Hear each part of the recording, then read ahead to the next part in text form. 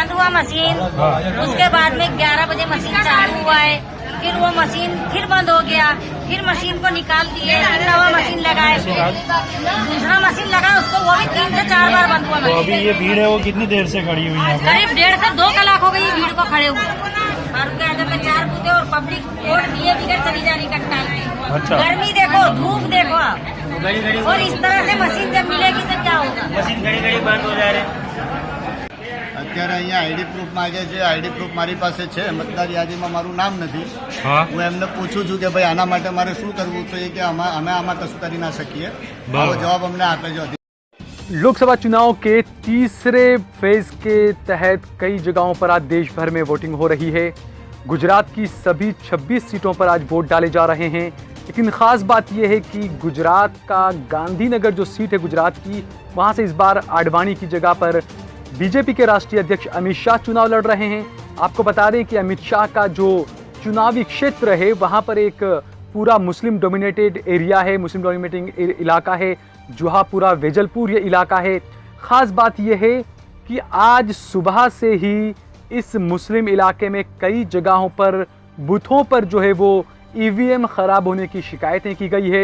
उसकी एक वजह ये भी बताई जा रही है कि जिस तरीके से एक वोट न पड़ने की एक वजह ये बताई जा रही है, क्योंकि ओवरऑल अगर देखा जाए तो गुजरात में जो अमित शाह की खासकर गांधीनगर की सीटें वहाँ पर जो वोट डाले जा रहे हैं, वहाँ पर जो हिंदू डोमिनेटिंग एरिया है, जो बहुसंख्यक डोमिनेटिंग एरिया है, वहाँ पर अच्छे खासे वोट पड़ रहे हैं। लेकिन बताया ये जा रहा है, लोगों का यह आरोप है कि जानबूझकर मुस्लिम इलाकों में खराब ईवीएम मशीन लगाए गए हैं ताकि मुसलमानों के वोट जो है वो न पड़ सके, चाहे वो जिस भी पार्टी को दें। हालांकि ये बात साफ है कि वो अमित शाह के विरोध में वोट डालेंगे, ये माना जाता है, लेकिन फिर भी वहाँ पर ईवीएम जो है वो खराब बताए जा रहे हैं।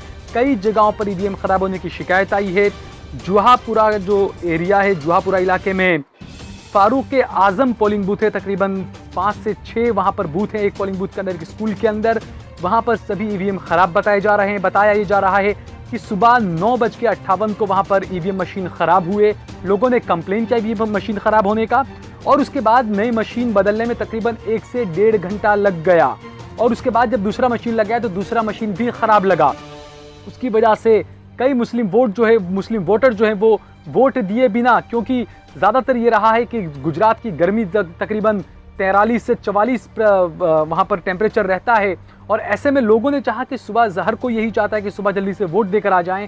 लेकिन जब मुस्लिम जनता, जब अल्पसंख्यक लोग अपने घरों से वोट देने के लिए निकले जब सुबह, और जब लंबी लाइनें वहाँ पर लगी पोलिंग बूथों पर, लेकिन जब ईवीएम खराब हुआ तो लोगों ने तकरीबन 1-1.5 घंटा इंतज़ार किया कि दूसरा मशीन लगे। दूसरा मशीन लगने के बाद जब दूसरे मशीन में भी कंप्लेन आने लगी ख़राब होने की, उसके बाद कई सारे अल्पसंख्यक वोटर वोट दिए बिना ही अपने घरों में वापस चले गए।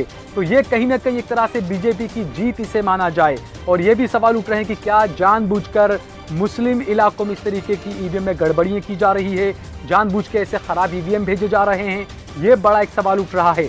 इसके अलावा एक और बड़ा हैरान कर देने वाला वाक़या ये सामने आ रहा है कि कई मुस्लिम इलाकों में मुसलमान वोटर जो है, अल्पसंख्यक वोटर जो है वो अपना इलेक्शन कार्ड लेकर पहुंचे। उन्होंने वोट डालने का कहा तो उन्हें कहा गया कि यहाँ पर लिस्ट में आपका नाम नहीं है। हालांकि इस वोटर का ये कहना है कि मेरा नाम इसी पोलिंग बूथ के ऊपर है, मैं पिछली बार भी गुजरात विधानसभा चुनाव में भी मैंने इसी स्कूल में आकर, इसी बूथ पर आकर मैंने वोट दिया था, और ये मेरा इलेक्शन कार्ड है, लेकिन उसके बावजूद भी उसको वोट नहीं देने दिया गया। तो ऐसे भी कई सारे मामले सामने आ रहे हैं। तो जो सवाल एक उठ रहा था, जिस तरह का एक डर भी जो उठ रहा था, विपक्षी पार्टियों को भी ये डर था, और देश की ज़्यादातर जो बेदार जनता है, जो जागरूक जनता है, वो भी ये सवाल उठा रही थी कि कहीं ना कहीं ईवीएम ही जो है वो बीजेपी का एक बड़ा सहारा है। ये बात अब खुलकर धीरे धीरे सामने भी आ रही है। ब्यूरो रिपोर्ट, देश लाइव।